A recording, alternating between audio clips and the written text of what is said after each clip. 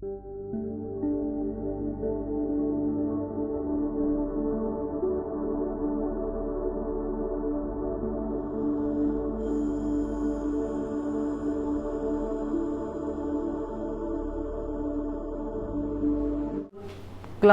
9th exercise 13.6 30.6 ਆਪਾਂ fourth question करना तो मैं ते स्टेटमेंट बोलनी है if the lateral surface area of a cylinder is 94.2 metre square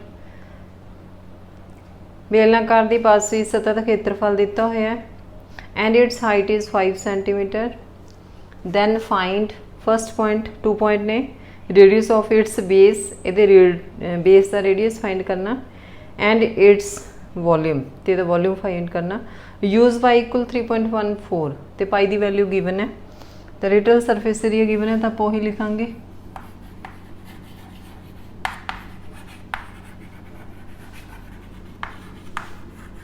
lateral surface area of cylinder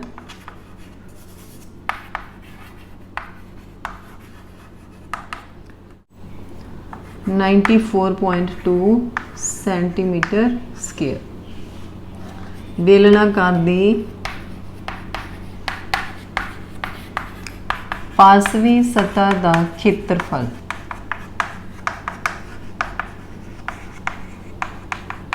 94.2 centimetre square ठीक है नाल हाइट गिवन है height of cylinder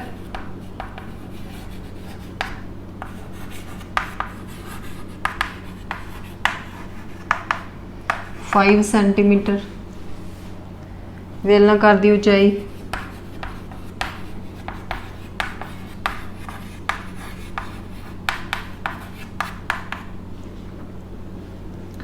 radius of cylinder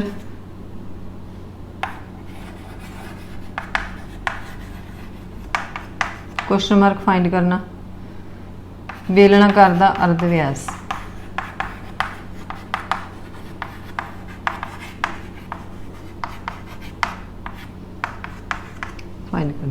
इत्थे लेटरल सरफेस एरिया गिवन है तो आप लेटरल सरफेस एरिया का formula ही अप्लाई करांगे ठीक है तो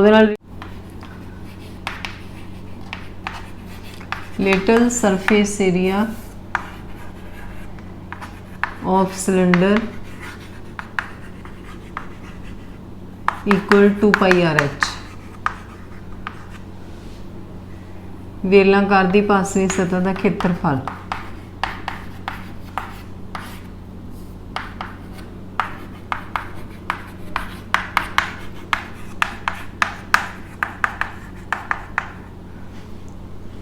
हुण खेत्रफल गिवन है आप इधर लिखांगे 94.2 पाई की वैल्यू गिवन है 3.14 रेडियस फाइंड करना है हाइट 5 ठीक है सरफेस एरिया की जगह पे सरफेस एरिया पुट कर लिया इक्वल 2 मल्टीप्लाई पाई की वैल्यू 3.14 जो क्वेश्चन दे विच गिवन है रेडियस फाइंड करना तो हाइट भी गिवन है 5 सेंटीमीटर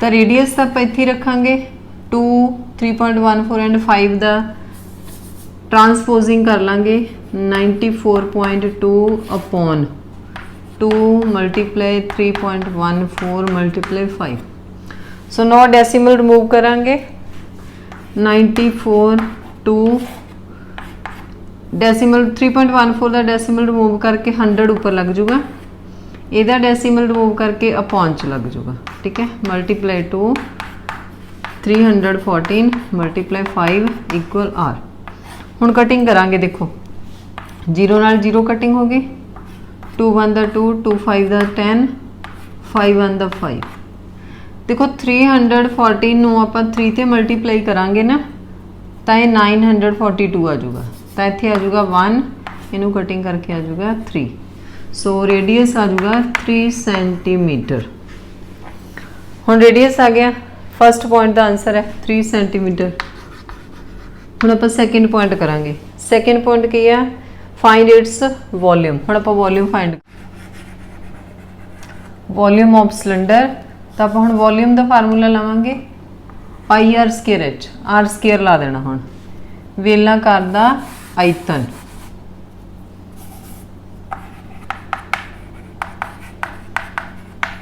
तो आयतन का फार्मूला मैं इत्थे लिख दिता। हुण देखो आप आयतन फाइंड करना, तो पाई की वैल्यू 3.14, रेडियस आप फाइंड किया 3 × 3, एच पहले ही गिवन है 5, सो मल्टीप्लाई कर देंगे 3 3 का 9, ठीक है, 9 5 का 45, 3.14 नू 45 ते मल्टीप्लाई करांगे तो मल्टीप्लाई करके आ जाएगा 141.3, वॉल्यूम है सेंटीमीटर क्यूब। तो सैकेंड पॉइंट का आंसर हो जाए, ठीक है। तो हम आप करेंगे 5th question. It costs of ₹2200 to paint the inner curved surface area of a cylindrical vessel. Cylindrical vessel है, ਉਹਦੇ इनर कर्व्ड सरफेस एरिया ਨੂੰ पेंट ਕਰਨ ਦੀ कॉस्ट ਦਿੱਤੀ ਹੋਈ ਆ 2200। वैसल 10 मीटर डीप ਜਿਹੜਾ ਹੁਣ ਉਹ ਬਰਤਨ ਹੈ ਉਹ 10 मीटर डीप है, मतलब कि एच ਉਹਦੀ 10 मीटर होगी। If the cost of painting is at the rate of ₹20 पर मीटर स्क्वेयर। जे 1 मीटर स्क्वेयर ਤੇ कॉस्ट है ਜਿਹੜੀ पेंट ਕਰਨ ਦੀ 20 रुपीज़ है, तो टोटल की कॉस्ट दी हुई है। तो ये की होगा, आप कर्व्ड सरफेस एरिया कर लाँगे, फर्स्ट पॉइंट आ जाऊगा। फिर आप सैकेंड पॉइंट करना रेडियस ऑफ बेस, फिर आप थर्ड पॉइंट करना कैपेसिटी ऑफ वैसल। तो पहला तो आप इदा रेडियस फाइंड करांगे, फिर आप इसी तरह आयतन फाइंड करांगे, वॉल्यूम, तो सब तो पहला कर्व्ड सरफेस एरिया फाइंड करें। Question number 5, total cost of painting inner curved surface area.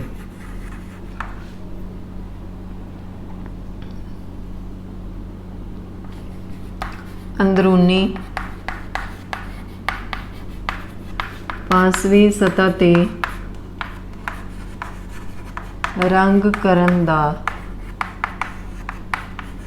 कुल खर्च इक्वल ₹2200। इत्थे भी आ जाएगा ₹2200। तो इत्थे जिहड़ी हुण कॉस्ट ऑफ 1 मीटर स्क्वेयर की भी दी हुई है, cost of 1 metre square of painting equal ₹20। तो है 20 1 मीटर स्क्वेयर की कॉस्ट। 1 वर्ग मीटर ते रंग करन दा खर्च ₹20। So curved surface area of vessel, total cost upon cost of metre square, ठीक है। बर्तन दी पासवी सतह का खेत्रफल। तो इत्थे तो आ जाऊगा कुल खर्च, तो इत्थे आ जाऊगा 1 वर्ग मीटर ते खर्च। हुण आपां 1 वर्ग मीटर ते खर्च 20 रुपीज़ लिखिया, तो टोटल 2200 लिखिया।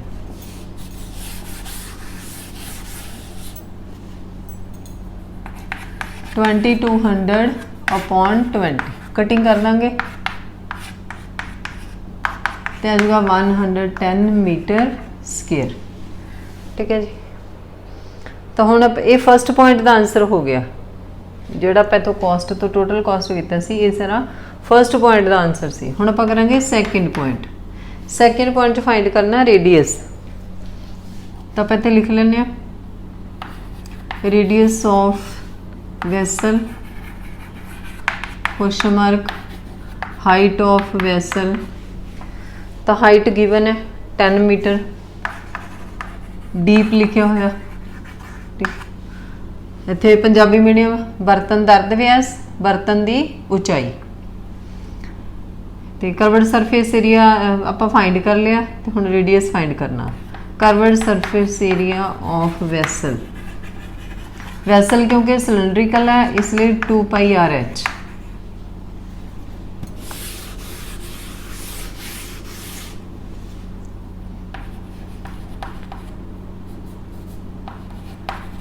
बर्तन की पासवी सतह का खेत्रफल। तो 110 टू मल्टीप्लाई 22/7 रेडियस फाइंड करना H10, ठीक है जी, R इक्वल। बाकी इधर लेके रेसिप्रोकल करना 110 7 उपर मल्टीप्लाई हो जाऊगा 222 10 आ जाएंगे। तो कटिंग कर देंगे 0 नाल 0, 11 1 का 11 2 का, सो रेडियस आ जाऊगा 7/4 मीटर। इत्थे क्योंकि मीटर के विच लिखा हुआ है तो आप मीटर के विच ही लिखना। टाइम हो गया सैकेंड पॉइंट का आंसर 7/4 मीटर। चाहे तो तुम इन्हू पॉइंटों भी लिख सकते हो करके, ठीक है। तो third point capacity of the vessel, capacity volume find करना।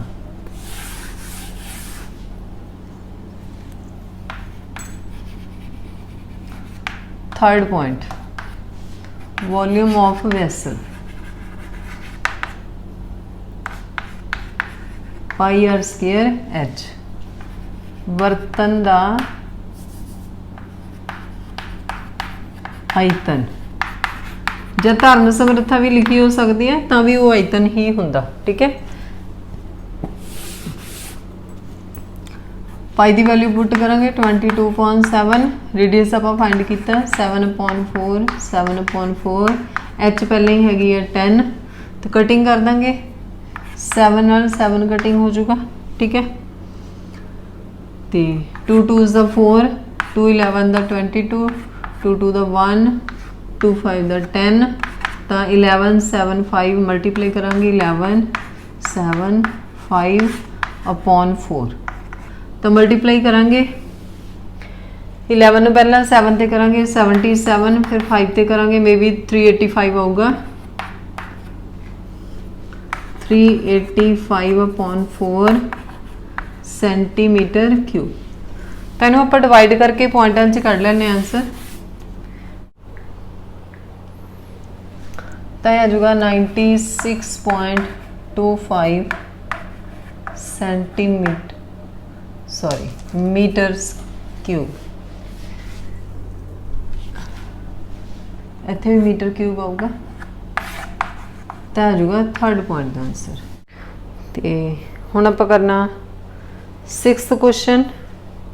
The capacity of closed cylindrical vessel of height 1 metre is 15.4 litre. Capacity दी हुई है 15.4 लीटर दे विच आ, ठीक है। How many square metre of metal sheet would we needed to make. तो क्लोज्ड सिलेंडर है तो इन्हू बनाने लिए टोटल कितनी यूज़ हुई वो फाइंड करनी। वो लिए आप टोटल सरफेस एरिया फाइंड करांगे। तो पहले इसका रेडियस फाइंड करांगे। तो वॉल्यूम गिवन है, कैपेसिटी दी हुई है तो वॉल्यूम गिवन है। Question number 6, volume of vessel 15.4 litre. 1 litre equal 1000 centimetre cube, ठीक है। तो हुण इहदे जदों आपां लीटर बनावांगे ना 15.4 मल्टीप्लाई 1000 आ जाऊगा। 15 पॉइंट रिमूव कर लांगे अपॉन 10, 0 हो जू कटिंग। तो ये सेंटीमीटर क्यूब आ गया, ठीक है जी। तो इत्थे जिहड़ी हाइट दी हुई है वो मीटर च दी हुई है। हाइट ऑफ वैसल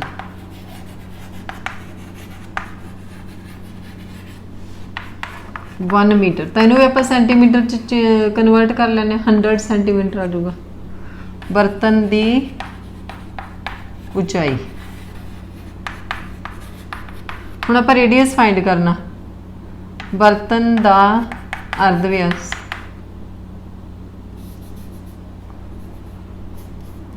ऊंचाई तो हैगी 100, ठीक है। अर्ध व्यास फाइंड करना।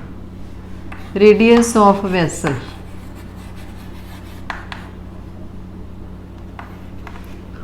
हुण इत्थे वॉल्यूम गिवन है, कैपेसिटी है, ठीक है। तो आपां की करांगे, वॉल्यूम का फार्मूला ला के रेडियस फाइंड करांगे।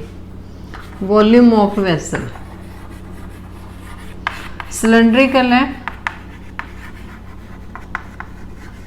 तो सिलेंड्रिकल का formula pi are square H. बर्तन का आयतन, तो पंजाबी में नहीं बेलनाकार लिख लेना ना, बेलनाकार। तो हुण वॉल्यूम क्योंकि गिवन है, आप वॉल्यूम की जगह ते पुट कर लांगे।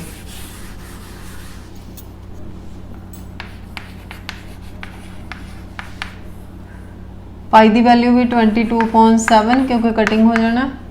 रेडियस फाइंड करना, हाइट 100, तो आर स्केयर तो आप इत्थे ही रखांगे 15,400 मल्टीप्लाई 7/22 मल्टीप्लाई 100। 22 भी पहुँच आ जाऊगा, 100 भी पहुँच। सो कटिंग करांगे, एक तो 2 0 कटिंग हो जाएगी, ठीक है। तो 22 1 22 7, तो आर स्केयर इक्वल 7 स्केयर। देखो 7 2 टाइम हो गया। तो रेडियस है जोड़ा, स्केयर ना स्केयर हो जाओ कैंसल, 7 सेंटीमीटर।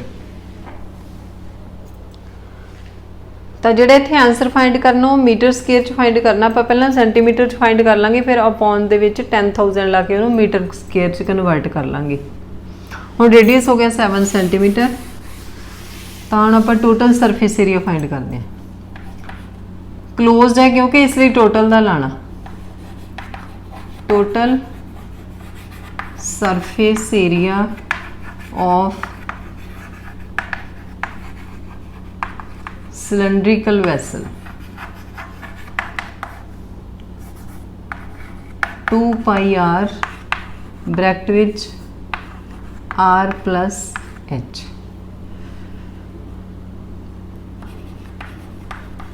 वेलनाकार दी कुल सतह का खेत्रफल ये लगूगा। तो आप हम वैल्यू पुट कर लें 2 22/7 रेडियस 7 7 प्लस 100, ठीक है। हुण ये 7 हो जाऊगा कटिंग। हुण इहदी पहला एडिंग करांगे,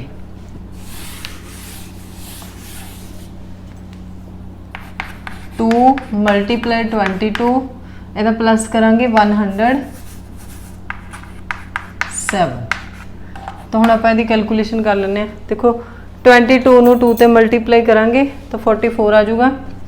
107 ਨੂੰ 44 ਤੇ मल्टीप्लाई करांगे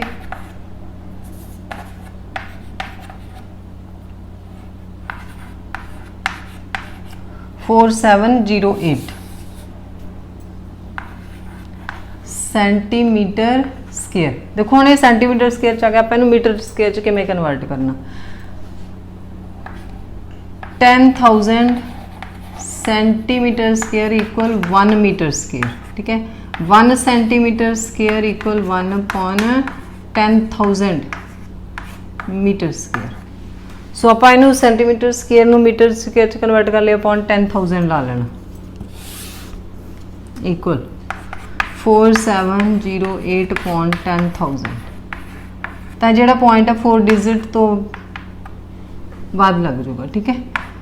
8 1 डिजिट 0 7 4 डिजिट हो गए 0। तो हम इन्हों आप लिखांगे मीटर स्केयर। तो यह आंसर आ जाएगा।